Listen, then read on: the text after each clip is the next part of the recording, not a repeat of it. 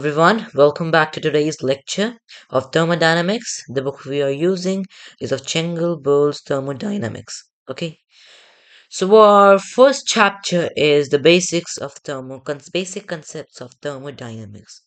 You all are new to the class, academic program, academic courses. Okay, so let us continue. Next slide.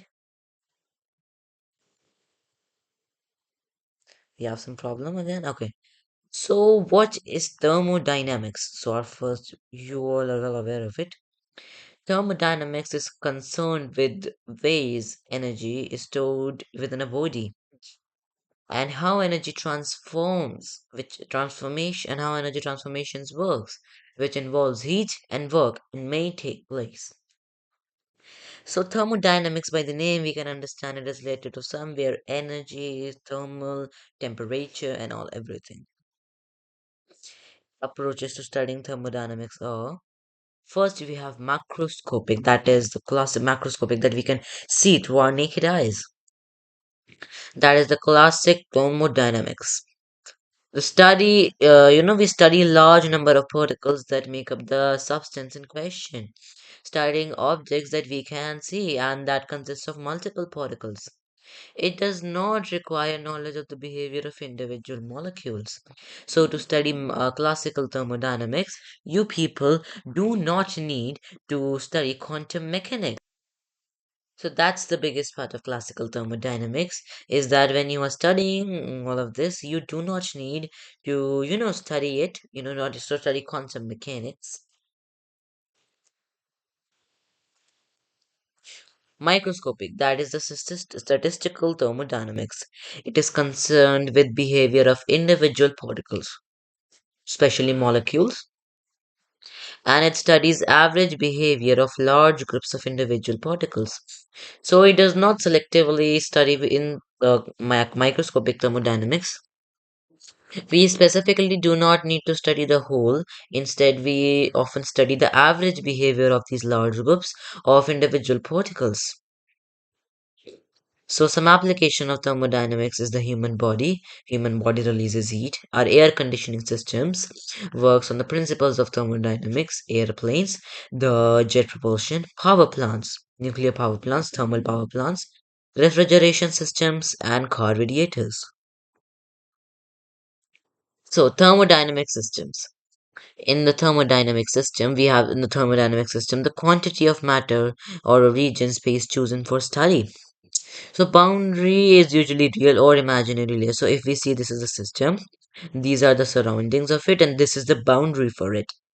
So boundary is technically real or imaginary layer that separates the system from its surroundings. So it's technically boundary name suggests separates the system from its surroundings. And then we have surroundings. These are physical spaces that are outside because we see here surroundings.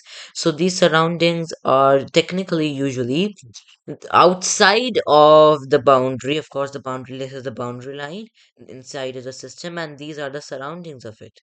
Systems are of two types: closed and open.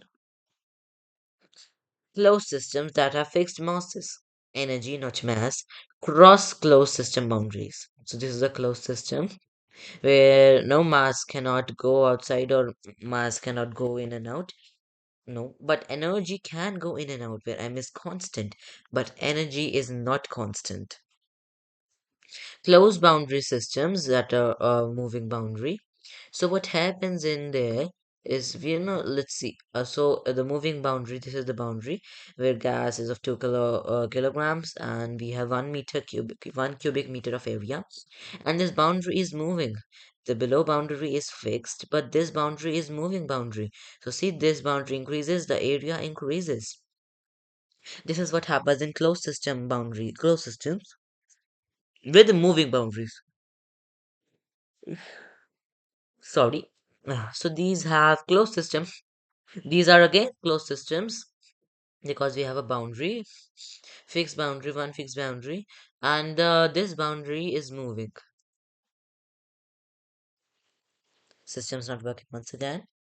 No, not the thermodynamic system, my shifting system. Yeah, open systems. Okay, open systems that have control volumes. So in open systems, both we say mass and energy can travel in and out because we have a system, because we have a control surface, and then we have a control volume inside of the boundaries, and we have open spaces so that mass can travel with efficiency and easily, and energy do not require anything because they can travel in both open and closed systems. Isolated system. A closed system where no heat or energy may cross the system or the boundary is generally considered an isolated system. So here we can see that energy is traveling. Over here, this slide, we see that energy is able to travel in this closed system. But when we have an isolated system, it is typically collection of the main system or multiple systems, and its surroundings is considered an isolated system because energy or heat heat or work or energy does not cross the boundary.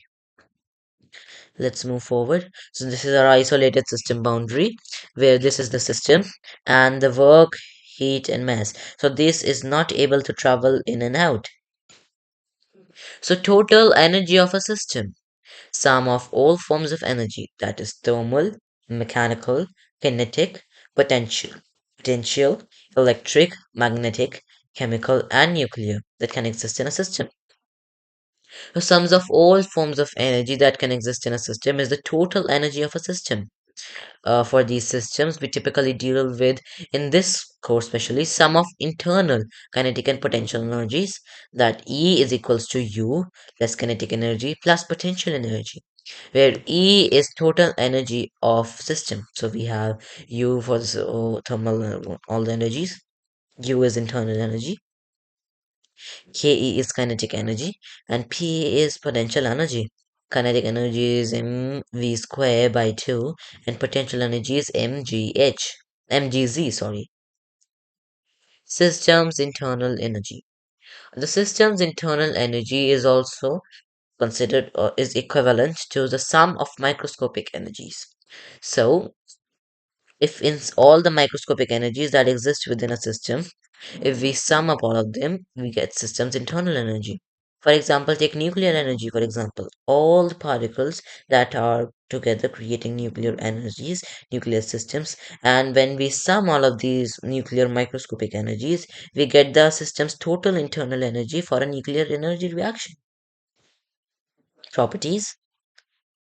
Any characteristics of a system in equilibrium is considered a property. Types of properties. Uh, Okay, extensive properties and intensive properties. They vary directly with size of the system. For example, extensive properties, volume, mass, total energy, which depend completely on the size of the system. And intensive, sorry, these are independent of the size of the system. For example, temperature, pressure, and color. These things do not depend upon, the size of the system. Extensive properties per unit mass are intensive properties. Okay.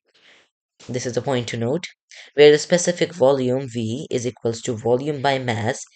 So technically the specific volume is equal to V by M. Density is equals to M by V. Okay. State and equilibrium. Equilibrium, state of a system. System that is not going under any change. Is a system state of a system that is not going under any change. All properties of system are known and are not changing. If one property changes, then the state of the system changes. Then we have thermodynamic equilibrium. Equilibrium is the state of balance. So a system is in equilibrium if it maintains thermal, uniform temperature, mechanical, uniform pressure, and phase, mass of two phases, and chemical equilibrium. Okay, so in thermodynamic equilibrium, we have the equality of all of thermal, temperature, mechanical, and phase chemical equilibrium, so that we get a thermodynamic equilibrium. Process and paths. Process. When a system changes from one equilibrium state to another one, So some special processes are the isobaric process, where pressure constantly changes, isothermal processes, constant temperature process, and isochoric processes, where the constant we see a constant volume process, and isentropic process.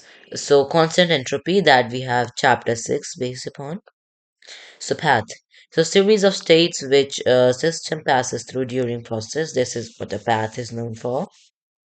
So compression processes. So you can see a graph over here for V2, V1 to V2.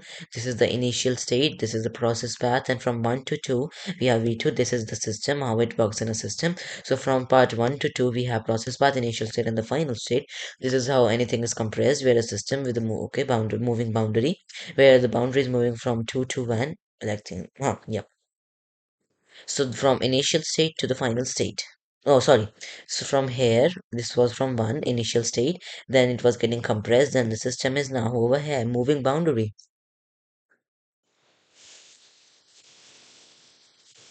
Okay. Quasi-equilibrium processes. A system remains practically in equilibrium all times. It is easier to analyze if we can use equations of state. Can apply for this. Sorry. Work producing devices deliver the most work, such as over here, and work consuming devices consume the least amount of work. Our next slide. State postulates and cycles. A state postulate, the thermodynamic state of a simple compressible substance, is completely specified by two independent intensive properties, whereas cycles are process or it is a series of connected processes technically with identical end states. So you can look for over here. This is a cycle where it's a series of connected processes and they all have identical states. And this was our slide. Thank you for being throughout this, and I hope you liked it. Any questions, you may ask me in the comments. Thank you.